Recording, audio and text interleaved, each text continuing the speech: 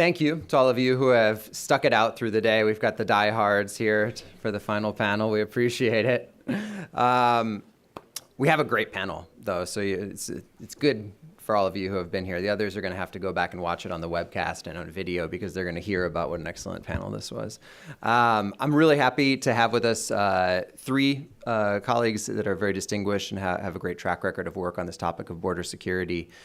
First, Alan Bersin, who was the former commissioner of CBP, who was the head of international policy at DHS, worked in San Diego in a number of different capacities and in the state of California previously, so knows the border from the inside and out, and is a global fellow here with us at the Wilson Center. We're very happy to have you with us here at the Wilson Center as well. Thanks so much for joining us. Theresa Cardinal Brown, who's the Director of Immigration and Cross-Border Policy at the Bipartisan Policy Center. She's also worked on cross-border issues and immigration issues throughout her career, including time at CBP, actually working in a couple of different capacities, but looking some at the... And at DHS, working for this guy. And at DHS on Canada, U.S. issues. Also the Chamber of Commerce and some other places, a long track record.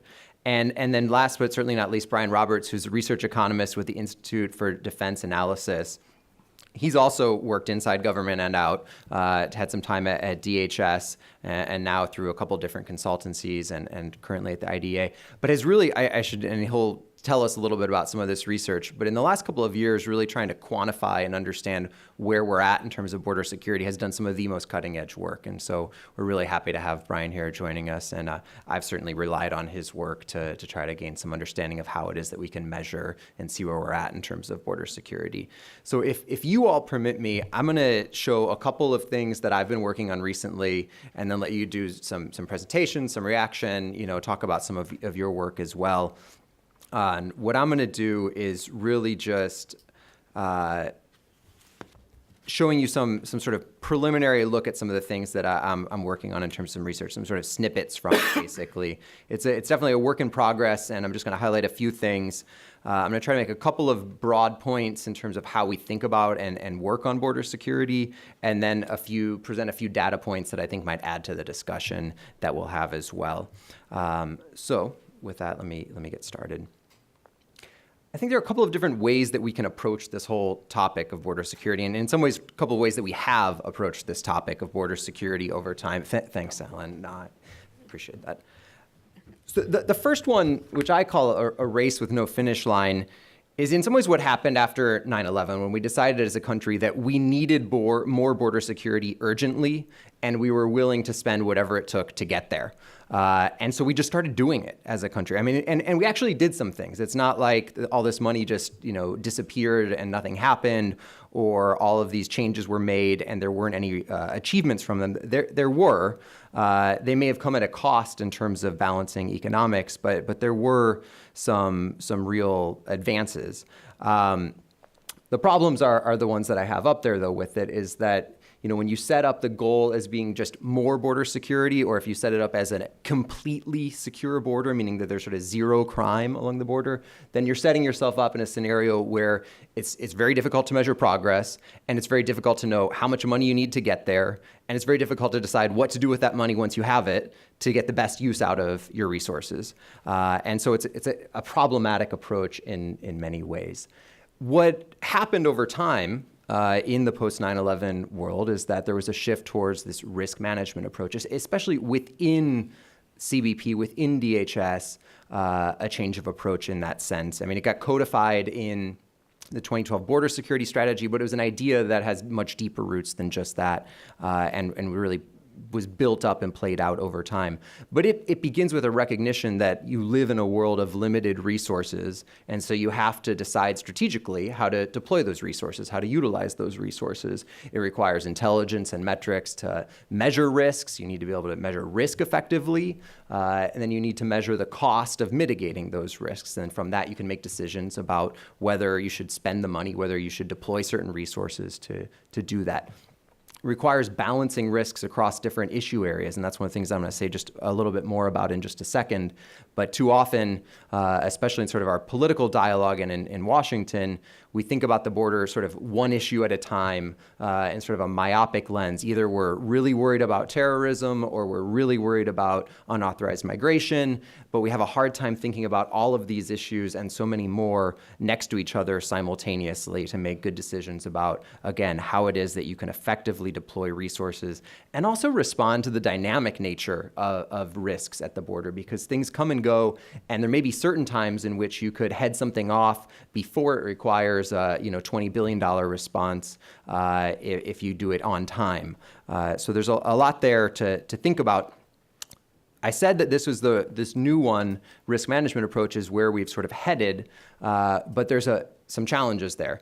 One is that I don't think, while it's been adopted at the level of CBP and of DHS in certain ways and at certain times, I don't think there's been a real political buy-in, a sort of consensus in our national debate that we're moving towards this approach. And I think that's one of the challenges we still face, is that we're still inclined in our sort of political debates to head back to this sort of old notion that anything illegal happening at the border means that the border is unsecure, or simply just say that we need more border security without really defining what it is that we mean by that. And in particular, I have to say the commissioner mentioned this at lunch. There was an executive order last year that reintroduced this notion of operational control and actually defined it essentially in this way. I mean, I'll read out the definition. Operational control shall mean the prevention of all unlawful entries into the United States, including entries by terrorists, other unlawful aliens, instruments of terrorism, narcotics, and other contraband. It sort of puts us into this first category again, where we're going to have a real hard time if that is sort of fully implemented and engaged as the goal in terms of border security. We're going to have a hard time again making more strategic decisions about how to get there. So it's a concern that I have. The next thing that I want to bring up in sort of a top level, how do we approach border security conversation, is just what I said before, which is that there are multiple threats, there are multiple issues that need to be tackled simultaneously. We have a tendency to not view the border in a holistic way, but to rather view it through single lenses at a time, especially, again, in our political dialogue.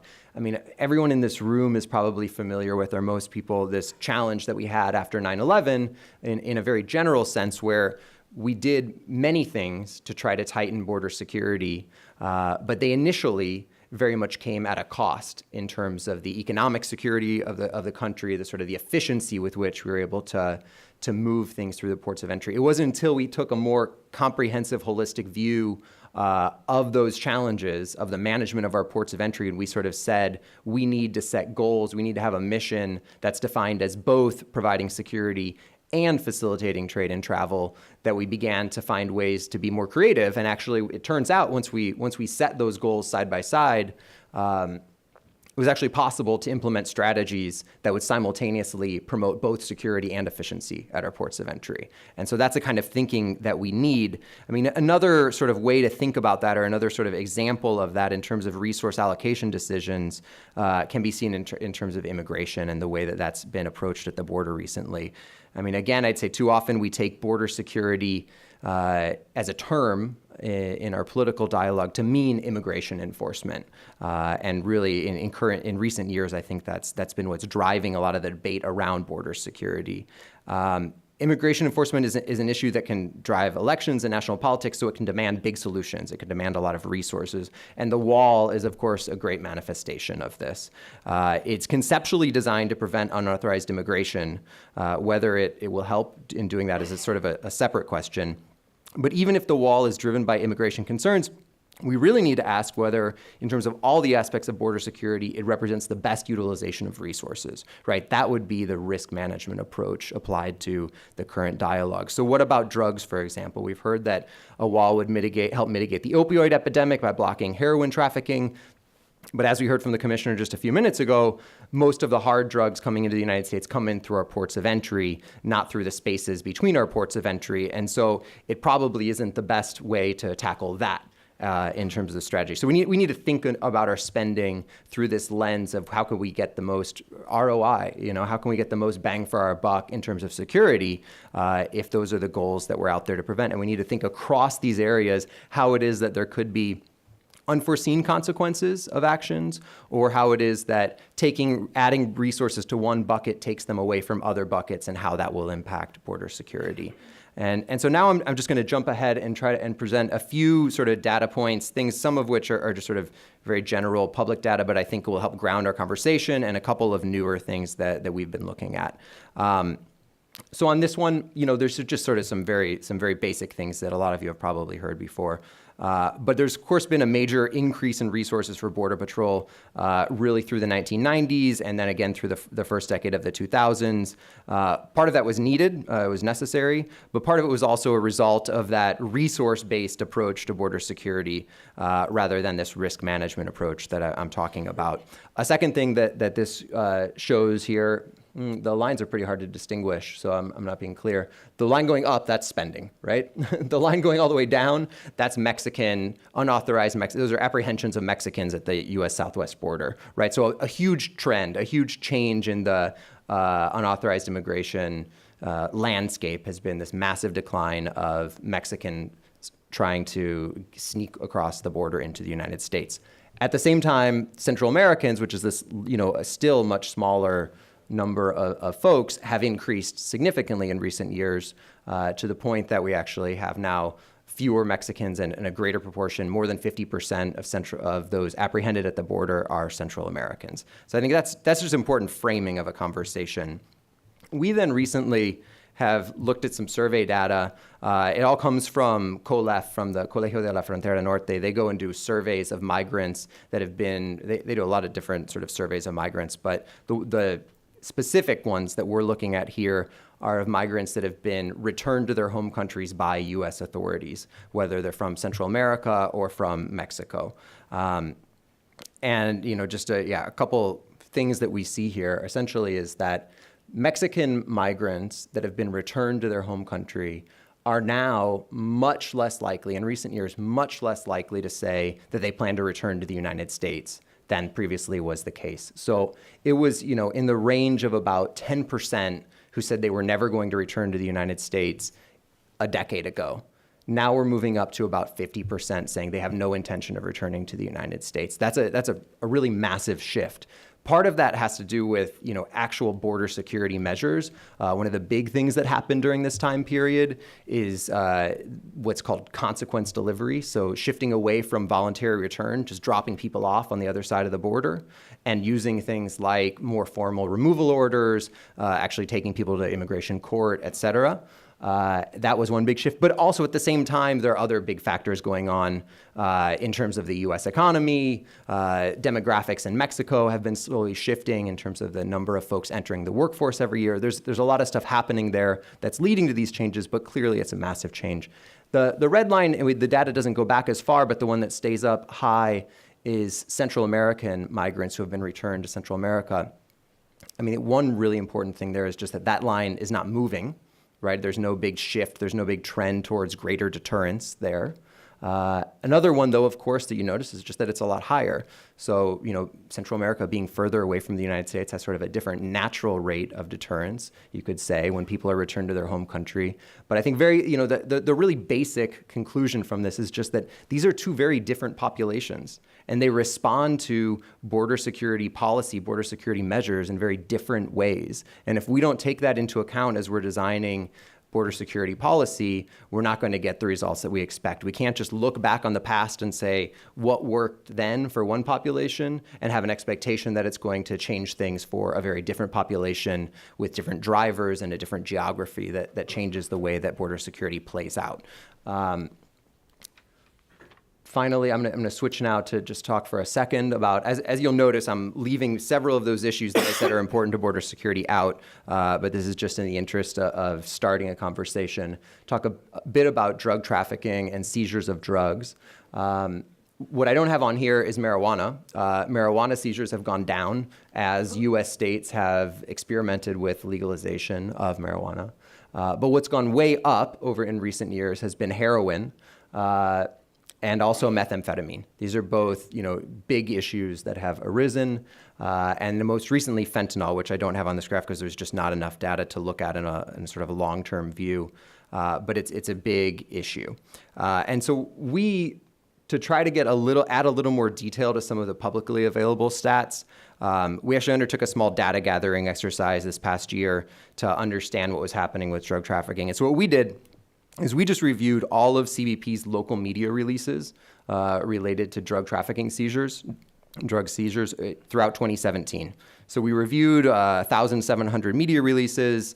572 of those talked about drug seizures, reporting a total of more than 893 illegal drug seizures that we then analyzed. These aren't representative, obviously. These are just the ones that are publicly reported. So there's some biases in there. One thing we noticed, there's a bias away from California, where a lot of the drugs, actually hard drugs, do get trafficked into the United States because there's just kind of too much to report, essentially. There was also a bias sort of away from marijuana. I guess it's just not as sort of sexy to report a marijuana seizure as it is some harder drug seizures. So some things like that. But nonetheless, I think there's some interesting and useful sort of data points or observations that can be made looking at this. And the ones that I'm going to highlight here are just very simple. The first is that it's mostly CBP making the seizures rather than Border Patrol. It's the ports of entry, right? I mean, that's what the point that I want to try to make here is just it's the ports of entry where we're seeing the drugs come through. CBP are the ones that run the ports of entry. But for Border Patrol, which does make an important percentage of overall seizures, and who knows if we're underreporting it slightly, perhaps, it's not out in the desert where they're making most of those seizures. They're not in remote areas. Border Patrol seizures tend to be at their immigration checkpoints, which are also on the highways, essentially, or on roadways. And so it's two different types of roadway checkpoints, border ports of entry, and those at immigration checkpoints that are stopping, finding drugs in vehicles the vast majority of the time, whether it's personal vehicles or commercial vehicles. And so when we're trying to think about how it is that we tackle these challenges, let's just keep in mind that it's not the guy out in the desert with a backpack as that shouldn't be our main image of the challenge we're trying to face when it comes to drug trafficking. It's a car or it's a commercial vehicle that has something hidden inside of it. So I'm just going to leave things there and ask some of my co-panelists to jump in with some of their own thoughts and observations about this topic, and then we can jump into a conversation with all of you. Thanks. Alan, would you like to go next? Okay. I think I'll make an adjustment, Chris, in light of your presentation and react to some of the things that you indicated. So I think when in years to come, when Martian graduate students are examining the records of this particular era, one of the strangest anomalies they will identify is the difference between the facts on the ground, the objective conditions at the border, compared to the perception. And I have struggled for almost 20 years now to understand how it's possible that when the border was really out of control, it was very difficult to generate community support for the kinds of measures that would be required to assert the rule of law and the sense of order. And today, when by all objective indicia, which I think Brian can probably help clarify because he's done some important research, the number of people who are actually successfully entering the country illegally is at a historic low. That's in addition to the number that's more generally brooded about, which is the number of apprehensions, which is clearly down. With more Border Patrol agents than ever, we're seeing a much lower number of apprehensions, which tells you, as Buffalo Springfield used to say, something's happening here and we're not quite clear. But here, it's clear what's happening. We've invested $18 billion a year at the border over the last 3 administrations, and we've seen a increase in deterrence as a result of that, and as a result of the changes ongoing in Mexico. So what I've determined to do is to separate out the explanation of why we have this huge gap between the reality of the security situation and the actual strategies that we ought to follow. So let me talk about the strategies, which seem to me something that we should be thinking about in terms of the border. So the fact of the matter is, since the war of the North American invasion, as the Mexicans call the U.S. Mexico War of 1846 to 1848, for all of those years since that war, the focus on border security and on our national security has been on the borderline. The borderline established by the Treaty of Guadalupe Hidalgo. We've defined ourselves in terms of what happens at that borderline. And even with all due respect to Chris, and I'm delighted to see, after making the huge contributions you've done over the years to border economics, that we finally could get you interested in looking at the security situation. But I urge you not to look at what's happening at the borderline exclusively, but rather to understand that security in this age, when the flows north and south between Mexico and the United States, and Central America, Mexico and the United States, are even more important than the La Linea, east to west, that in order to secure the border, we cannot, as we've tended to do, focus on the borderline, east to west, but rather look at the flows, whether it's guns, drugs, people, counterfeit and pirated manufactured items. To do that requires a couple of understandings. In fact, what led us to risk management, away from the idea that we have to stand at the line, and as Algina indicated before, look at every person who crosses the border and look at every car that crosses the border. We, in fact, did that after 9/11. And the result was that we saw lines 20 miles south into Mexico and 20 miles north into Canada. And the president of General Motors called President Bush after about a week of that and said, if we don't discontinue this method of border security, we will start laying off workers and shut down our production line, because the shared production platforms that existed even then, 8 years after NAFTA, had made it clear that we could not, that if we were to do this and slow down the traffic in search of enhanced security, that we'd deliver to al-Qaeda the victory they had sought by attacking us in the first place. And that's how we started moving toward risk management. But now I'm suggesting really that we go the next step, which is stop looking at risk management at the border, but identify the flows of goods, people, cargo, migrants, and the illicit flows, and start to analyze how to best secure those as far, using time and space to the best of our ability as we can enlist them, so that we are actually starting the work of securing the border as far away from the actual line geographically as we can, and as early in time before the goods or people arrive at La Linea, at the line, and we start applying the risk management techniques that have been developed by CBP and DHS and others generally.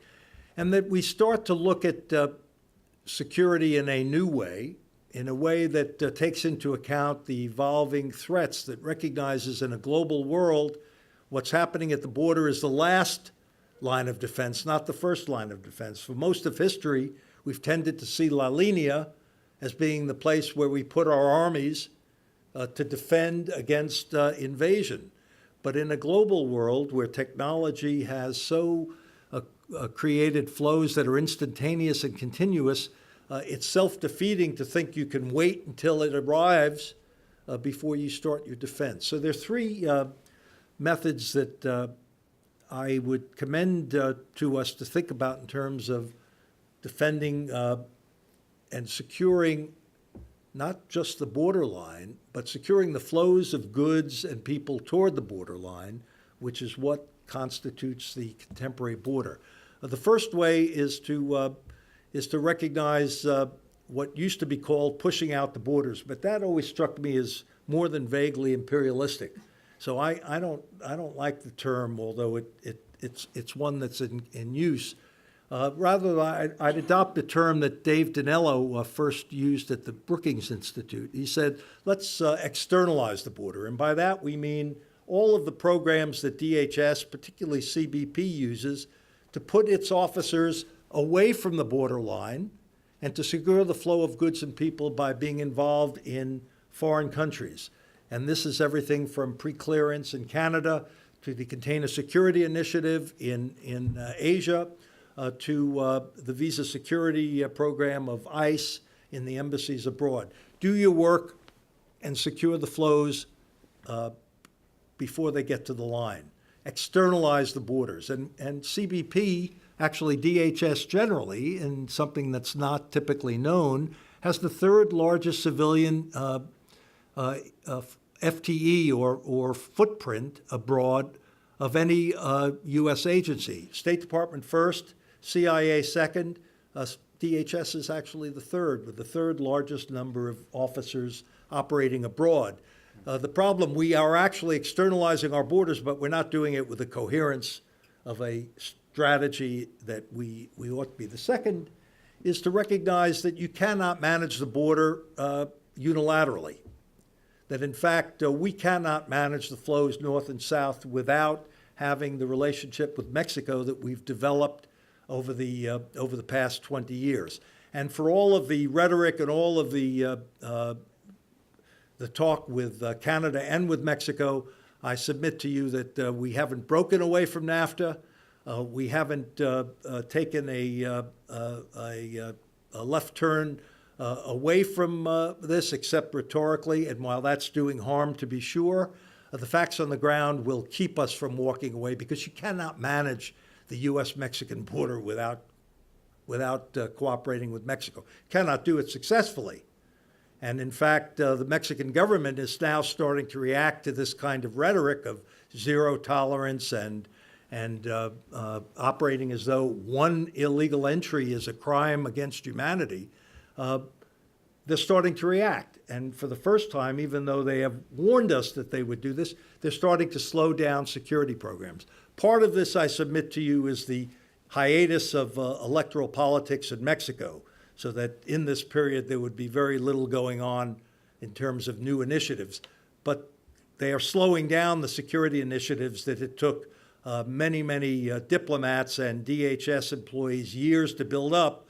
The Mexicans, while they recognize we must manage this border together, they are certainly trying to send a message to the Trump administration that this is there are limits to their the patience of their politics. So you have joint border management, you have external borders, and then perimeter security. And at some point, when we get to a more rational period of politics all around the world, not just here and in our country and on our borders, we'll recognize that the best way to protect the United States is on a continental basis. In the 1950s, when the Soviets threatened us with ICBM missiles, even though the Canadians also tended to keep the Americans, it's not easy having a Colossus on your border, so Canadians tended to keep Americans at arm's length, as did Mexico in that age. But even in the 1950s, Canadians realized that with the threat of ICBMs, you could not manage the border except on a perimeter security basis, and that was the origin of NORAD, the North American Air Defense. I believe that over the next generation, we will move toward a continental perimeter security arrangement with Mexico and Canada, recognizing that joint border management, externalization, the logic of that will lead us to a continental perimeter security that will have Mexican officers clearing European tourists in Frankfurt, who will then be able to enter on a facial recognition basis any airport in North America. Why don't I stop there, Chris? But to summarize, the main point is look at the flows rather than the line. Border security is not what it used to be. It actually has to take place away from the border. So a lot more of the analysis that I would commend to policymakers and to scholars is let's not focus so exclusively on the line. Let's not ignore it. Let's measure what happens there. But let's not fail to recognize that illicit and licit flows are really the key to the contemporary border security threat. Thank you. That's excellent. Appreciate that. Teresa, the floor is yours. So it's fascinating not knowing what you were going to talk about, Chris. I wrote down a bunch of notes, and guess what? You covered almost all of them in your opening. I think the overall sense that you should be getting here is that one of the issues that we have in discussing border security is just defining that term, right? It means different things to different people, and particularly it means different things in the political sphere than it means to operators. And I think that's one of the things that causes a lot of friction when we talk about how resources are allocated, how Congress looks at this, how each administration looks at the border. It definitely is a different dynamic between those whose job it is to actually do what we do at the border and those whose job it is to talk about it in the political sphere. But a few things I want to echo from what you said are really important is that we need to look at the border or border security as meaning different things. It's about immigration and people. It's also about contraband and drugs and smuggling. It's also about, cargo and trade and travel and all of those things that benefit our economy. And you're absolutely right that when we discuss it in a political environment, it tends to hone in on one particular facet. So after 9/11, it was all about the threat of terrorism, and terrorists could come in. Terrorists and terrorist weapons, right? That was what we were aiming at. And we threw a lot of resources at everything we could think of to try to address that. And it had impacts for all of the other things that we were trying to do. And maybe not all of those impacts were helpful in enforcing against the other things that we were trying to address at the border. The other is how you quantify the threat, right? We as humans overestimate threats all the time in our heads. We tend to look at, the huge consequence but really low likelihood threats as being absolutely equal to something that could happen tomorrow and is much more likely. And we will overestimate that, and our response to that will likely be much greater than maybe the actual threat level would indicate. And this happens all the time in the political sphere. Again, we will throw resources at a problem that we see as urgent and now and imminent, even if the objective data says it's not really. And so getting back to your point, Alan, about where we are in terms of numbers of people at the border and apprehensions, given the amount of energy, time, and rhetoric and $25 billion for a border wall, does that relatively make sense considering we are at the lowest numbers that we're talking about in 2 decades? That's something that we need to think about. But also looking at the collateral impacts of whatever response we give at the border. And this is where you get into questions about not just cost benefit, but how do the actors on the other side of the equation respond to what we do? So that initial chart you showed about Mexican migration having dropped off, Central American migration, the amount of dollars for the Border Patrol, that's all very fascinating. But what you also see is that when we placed, one of the reasons that new Mexican migration is coming down is that a lot of people just stayed, right? So we had, before the great border infrastructure buildup, a pattern with Mexico where workers would come in, they would work for a season or two, a couple of years, go back home to be with their families. As we started to see the border build up, more and more of those would stay in the United States because the transactional cost of going back and forth was going to be harder. And the chances of coming back were going down. And so they said, well, I'll just stay here and keep sending money back. Well, eventually they wanted their families to come too. And so then more of the families came, or they stayed here and got married here and had kids and families here. So where are we now?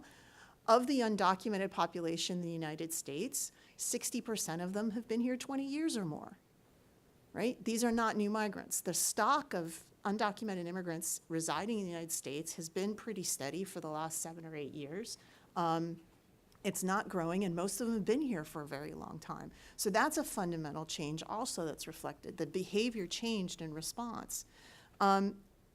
Looking at our response right now to the Central American migration trend, that's in a large part not young men looking for work, but families and kids who are coming for a multitude of reasons, not the least of which is many of them are simply fleeing for what they believe their lives to be.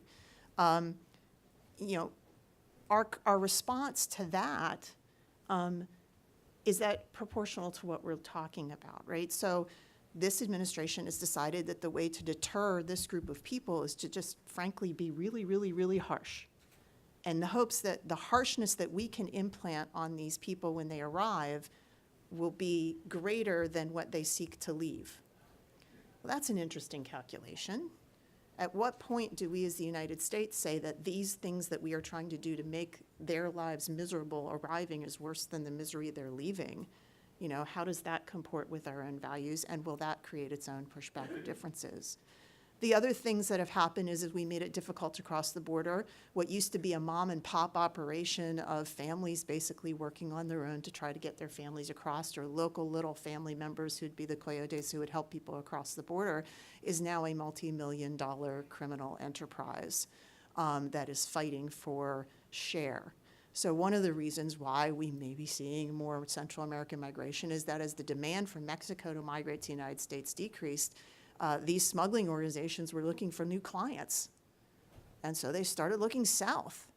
And here's a group of people desperate to leave their situation. Okay, let's get them involved. And they promise that if you come to the United States, you can get in. If you come as a family, you can come in. If you send your kids, they're more likely to be let in. They talked about permisos as if it's permission to stay when it's really a notice to appear for your removal process. So there's a monetary incentive of these criminal organizations, and that's also a response to what we have done at the border to secure it. The point I'm trying to make is that we keep being reactionary to what happened in the past, what our last border impact was, what we've seen in the past. We're not very good, as Alan said, at looking at the flows, at looking ahead.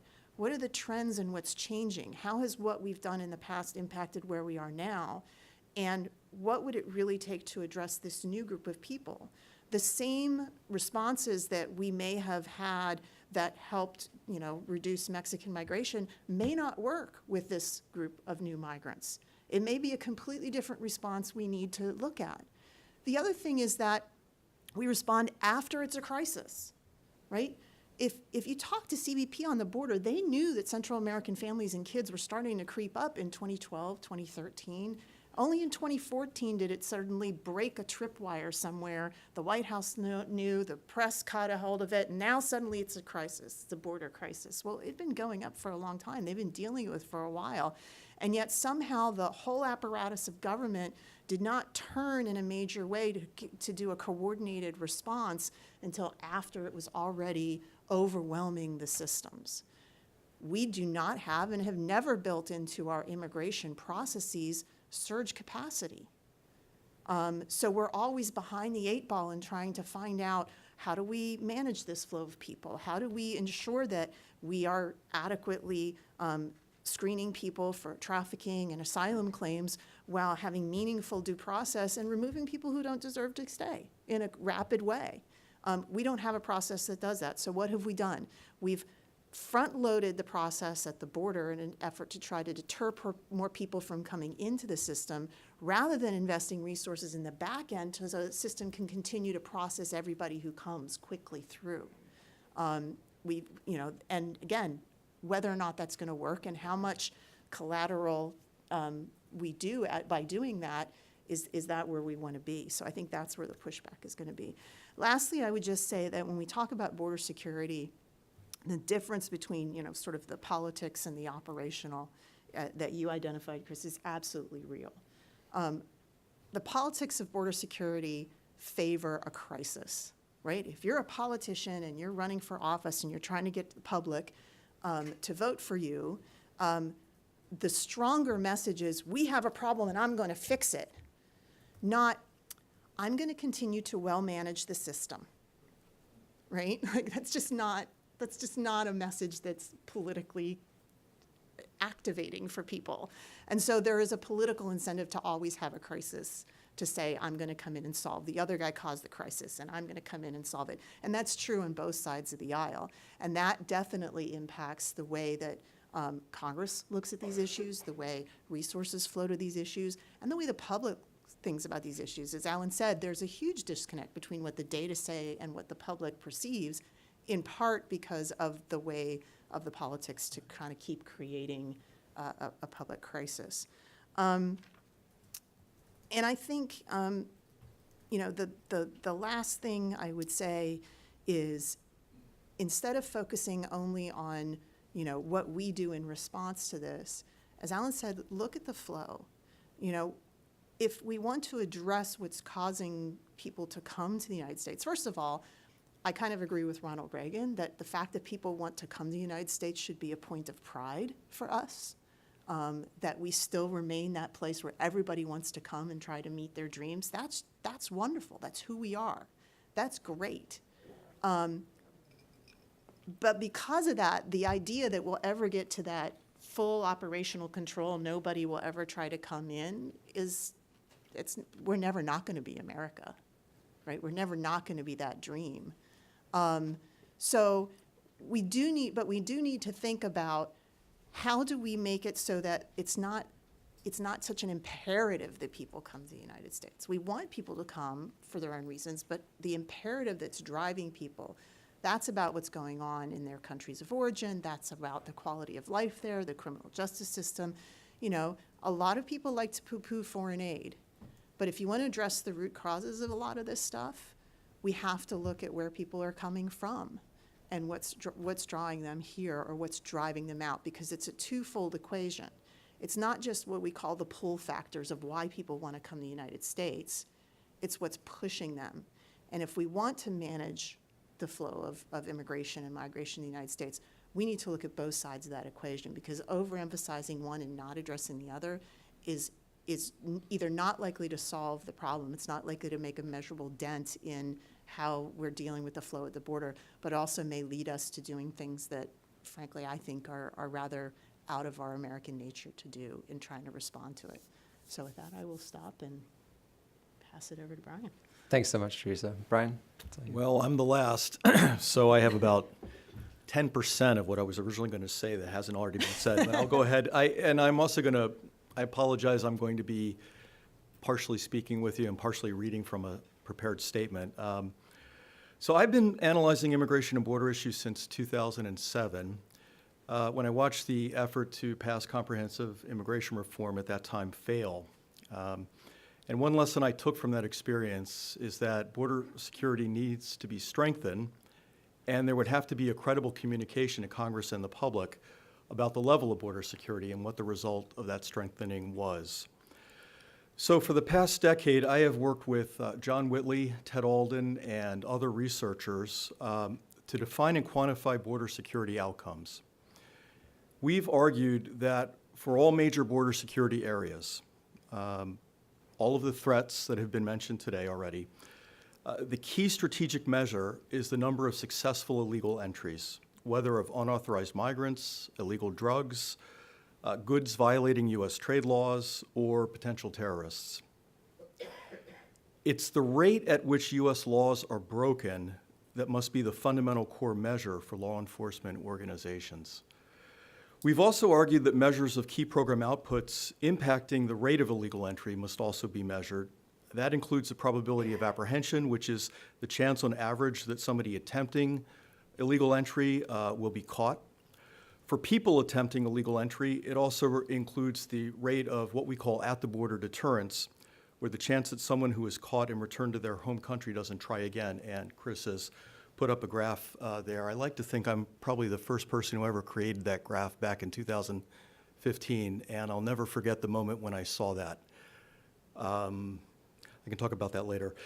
In 2015, we were asked by Secretary Jay Johnson to do a major research project to quantify border security outcomes. And what are the basic results of all the research that we have done?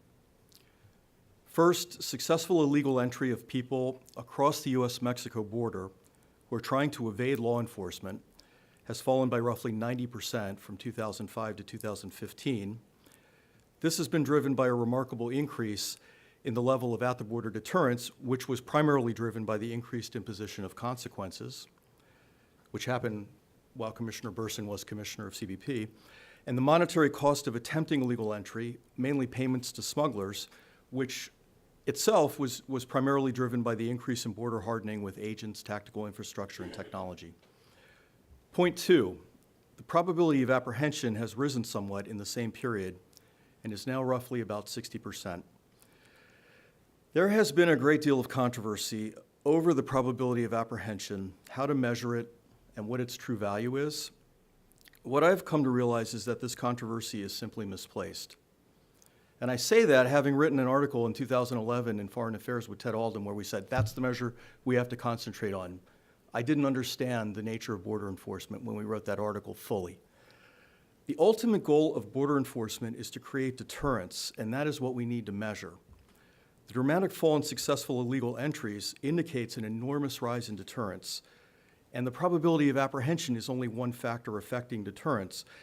And this relates to Chris's graph on spending and apprehensions. What that graph is actually showing is that spending on border enforcement is producing deterrence.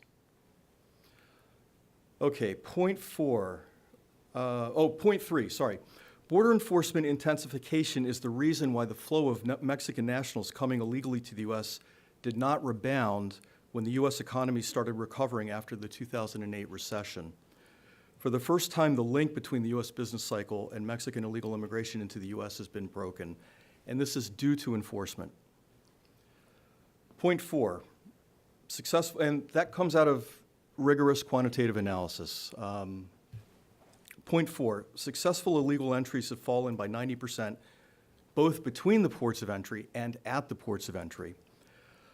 Our research was the first to plausibly quantify actual outcomes at the ports on the U.S. Mexico border. We have to start talking about the outcomes at the ports because ports of entry are part of the border. The tactics are different at ports of entry, and this requires direct focus and study on this method of illegal entry. We made a lot of progress on that. Point five. There has been a dramatic change in the composition of unauthorized migrants arriving at the U.S.-Mexico border. As has been pointed out by others on the panel, for decades the vast majority were Mexican nationals coming for economic opportunity. Over the past decade, a major new flow of people coming from the Northern Triangle countries has emerged, and these migrants are often claiming asylum. Although crime and violence are usually stated as the reason why these migrants are coming, there are actually secondary reasons, and the primary reasons are the traditional ones: economic opportunity for adults and family reunification for juveniles. And as my fellow panelists have pointed out, dealing with this new flow is going to require a different set of measures. Point six, in terms of illegal drugs, the U.S. government has invested a lot into understanding the flow of cocaine to the U.S. The most important thing I've come to realize about this flow, after a lot of analysis, is that we attempt to interdict it along the entire supply chain, from the South American coast to the U.S. border region. Any measure of outcomes must be based on evaluating the entirety of this effort, not just interdiction at the ports. The best estimate that I think we have is that roughly 40% of the cocaine that starts off from South America is interdicted or destroyed along the way. Point seven, we know less about the patterns of flow, smuggling practices, and key outcomes for other illegal drugs, for example, heroin. One thing that we do know, and this has been pointed out by other people at this conference, including Commissioner McAleenan, including people in the panel immediately before ours, one thing we do know is that all the available evidence suggests that all illegal drugs except marijuana are flowing into the U.S. at the border through ports of entry. And let me conclude with two final observations. First, the American public is largely unaware of how illegal immigration into the U.S. has changed. 2015 CNN poll found that almost 70% of the American public believe that illegal immigration into the U.S. had increased in the past few years. there is a fundamental disconnect between public perceptions and what has actually happened. And the second point is, I think the only way for this to change is for the government to get serious about measuring and reporting border security outcomes.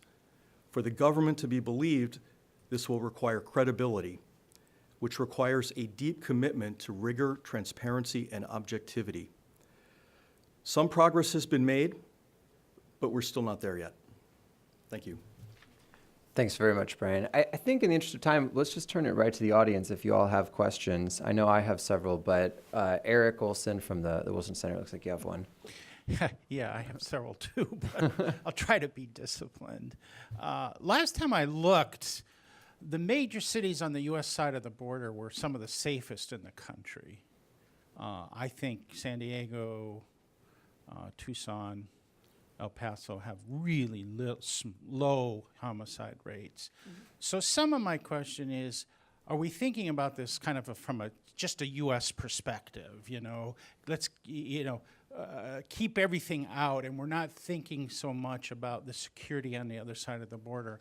And I like a little bit of what Theresa said about, you know, there's a reaction to deterrence amongst criminal organizations. You know, deterrence has an impact on flows, but they adapt to it. And in some ways, they've gone from the coyotes, the polleros, to much more sophisticated, potentially violent, abusive forces. And I'm wondering if we're not sort of missing that part of it from the U.S. perspective.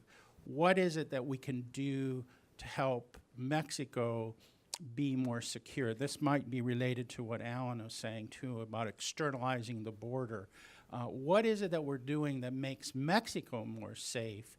Not just how do we build the barricade and keep all the bad stuff out, because that doesn't seem to be, one, a priority issue since there's not a lot of violence, and two, it's not necessarily taking into account the whole picture.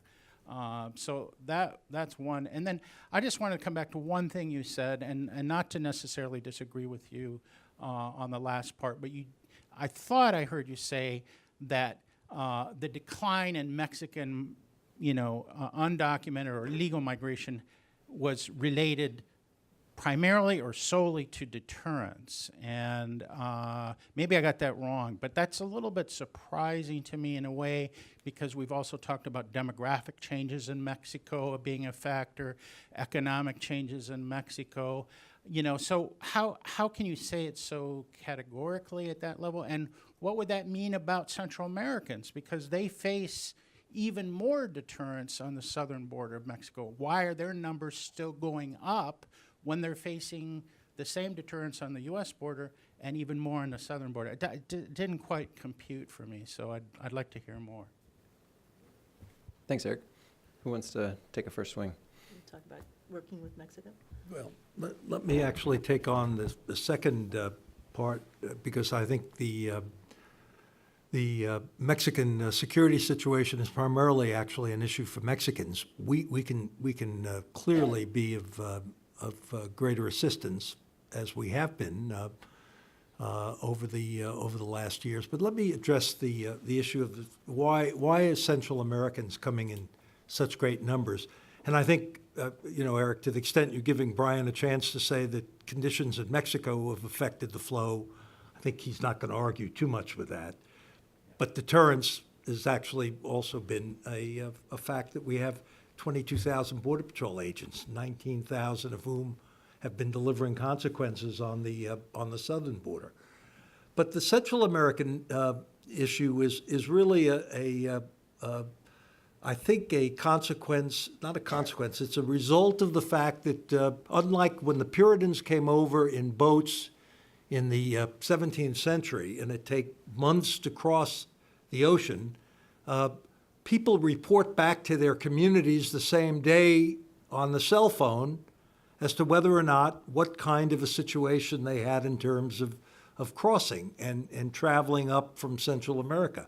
The basic reason I believe that Central American migration increased the way it did was that, as Theresa suggested, the smugglers were able to say with a great amount of factual support that American government policy had changed so that if you got to the borderline, you needed not try to get away from the Border Patrol, but all you needed to do was to surrender to the Border Patrol, because in fact the laws with regard to unaccompanied minors, and then after Judge G's decision in Los Angeles, the law with regard to families would lead to your release into the country to wait for an immigration hearing that, because of the 700,000 cases in the immigration courts, often never came, or came 2, 3, or 4 years apart. The word was communicated back to the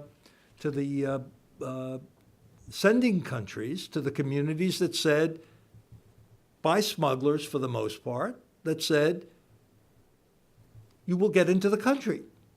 That, in fact, Health and Human Services will take unaccompanied minors and, using ICE, will locate undocumented families in Detroit and in the country and reconnect the children with their families. And that's what was happening for 3 or 4 or 5 years as the Wilberforce Act actually came up. Now, don't get me wrong. I believe in the rule of law and enforcement. I'm also a great believer in the American humanitarian traditions. But you can have both, in my view, without having an open border in which you exercise government policy to basically permit smugglers to say to their prospective customers, I'll get you up to the border and then don't worry about it. You don't have to evade Border Patrol agents. You have to find them. That's what was happening. Now, just so I'm clear on Attorney General Sessions' recent decision changing the Board of Immigration Appeals, and my wife and I differ on this. I actually think that this will be a tremendous deterrent. When the word gets back to Guatemala, Honduras, and El Salvador that you cannot come and get by the credible fear standard by claiming that you've been attacked by gangs, that is going to lead to a decrease in the flows from Central America. In my mind, there's no question about it. I've seen this before. The difference between me and that announcement is that I would also provide a place, believing in the American tradition of refugees and refuge. I would have a manner in a safe zone in Central America or in Mexico to actually permit people to make claims. But they would have to wait outside the country in a protected circumstance for a decision to be made on whether or not they qualified for asylum. And we could argue over the definition, but the fact is that the Board of Immigration Appeals made a huge change in the asylum standard. It used to be the international standard of religious, political persecution. I, for one, can accept the notion that if I'm a member of a particular group and I am particularly subjected to persecution, that I should have the right for asylum.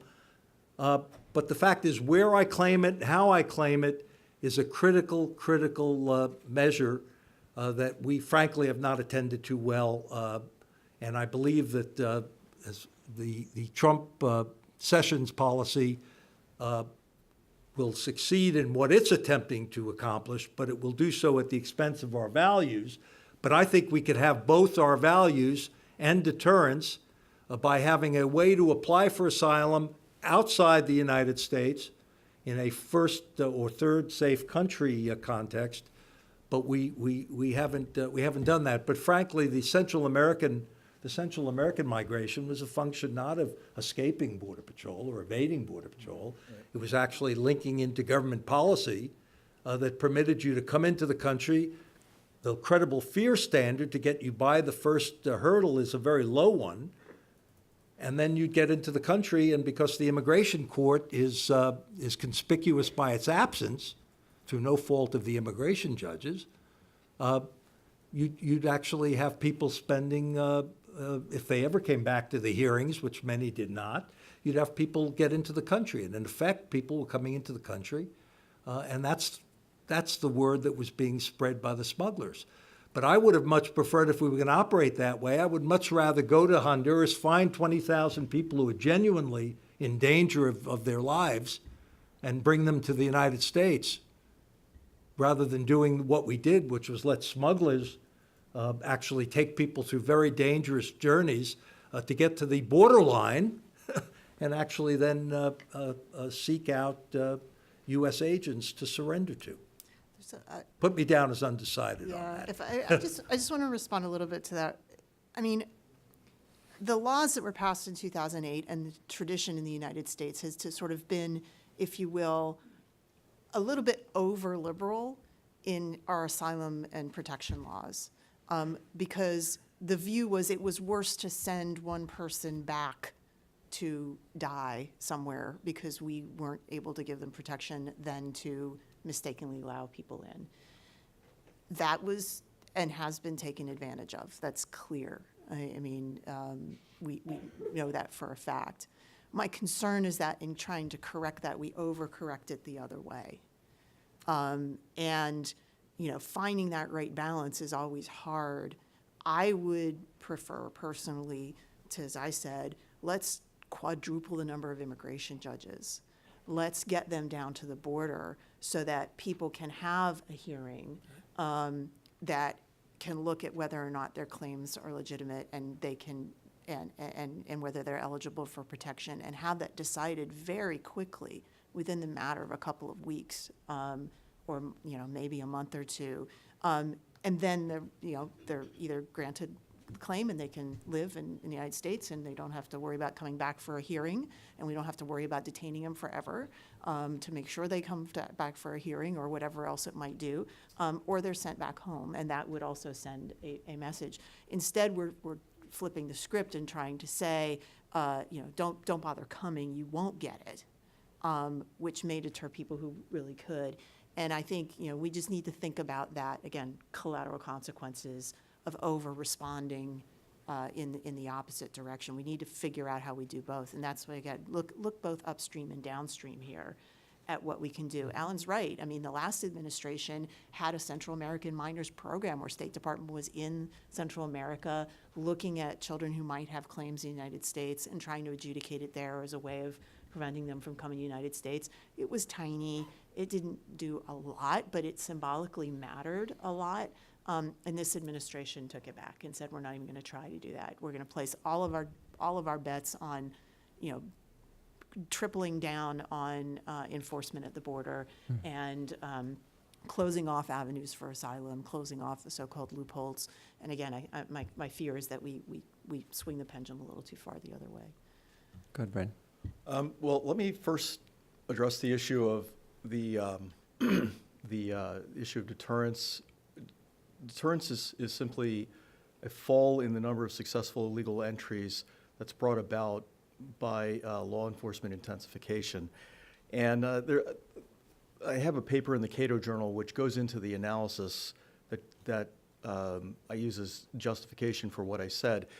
There was the fall in successful legal entries began around the time of the Great Recession, and early on it was the U.S. economy and changes in it that were driving the fall. But over time, the economy began to recover.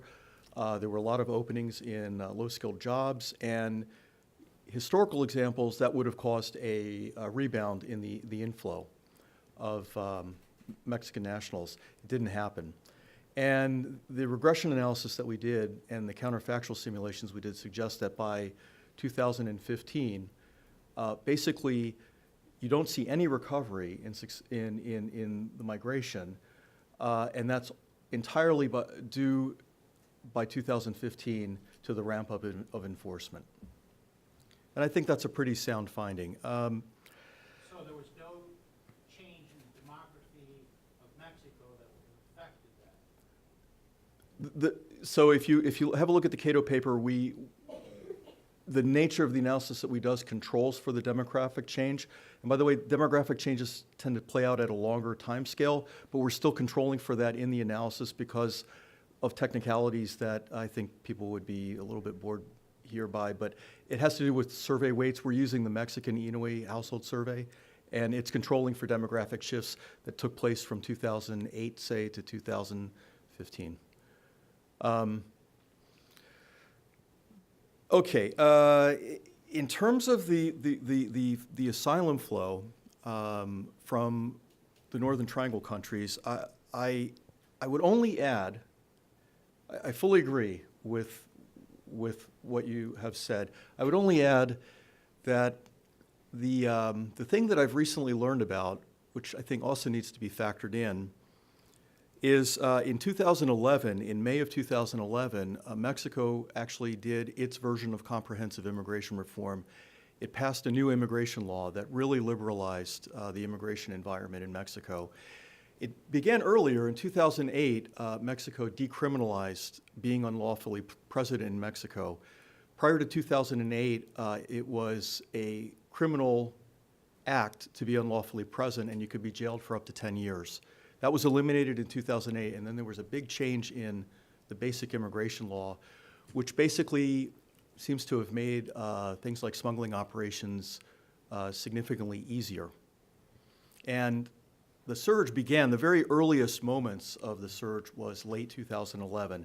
So I would just augment with that. Let me just add, though, to that, Brian, that also, that's true that the law changed in Mexico, but it would be wrong for us not to take into account that it was also beginning in 2013 and 14, certainly 14 and 15, that Mexico considerably ramped up its enforcement efforts Right. at the southern border with Guatemala. And in each of the last 3 years, and this is what I was alluding to at the outset, that we're now risking, in each of the last 3 years, Mexican immigration authorities have apprehended 200,000 migrants each year, for a total of more than 500,000 migrants who would have otherwise shown up at the southwest border. Now, they would have found the kind of deterrence in terms of enforcement that you've described. But for me, that's demonstration that without the support of Mexico, Right. without trying to manage these flows together, taking into account that for all intents and purposes, our border is Guatemala in terms of working with Mexico, because of the flows from Central America, that we are going to find a much tougher time of it, even though, as you say, we've built up a deterrence structure on the southwest border that is unprecedented. I think what we constantly relearn is the unintended consequences of change in immigration policies and perceptions of them. And in fact, research that I've done since 2014, when the surge became a major focal point in Washington, you can see changes in the timing and the acceleration or the fall or the sudden rise in the flow tightly correlated with changes in policies and perceptions, whether it's Mexico introducing a new immigration law or Mexico toughening enforcement, or the U.S. Implementing DACA, or passing the Senate bill in 2013, or it's an amazing flow if you look at it on a monthly basis. The fluctuations are incredibly dramatic, and not from month to month necessarily, but it's tightly correlated with changes in policy or perceptions of change. And to add to that, 2017 saw some of the lowest numbers of apprehensions, and President Trump touted that. And that's one of the reasons why he's very, very upset that it's coming back up this year. We have huge year-over-year increases from last year to this year.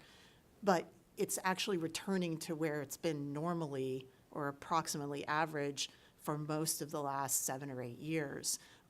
Last year was the aberration in how quickly it declined, and a lot of that could have been the Trump factor, if you will. But because the fundamental policies at the border had not changed that much, the process that people were going through, what Alan said about how people were actually treated and managed at the border did not change significantly. It's back up to where it was, and that's what's causing the reaction that you're seeing now from this administration to try to do actually things differently at the border to try to affect that again.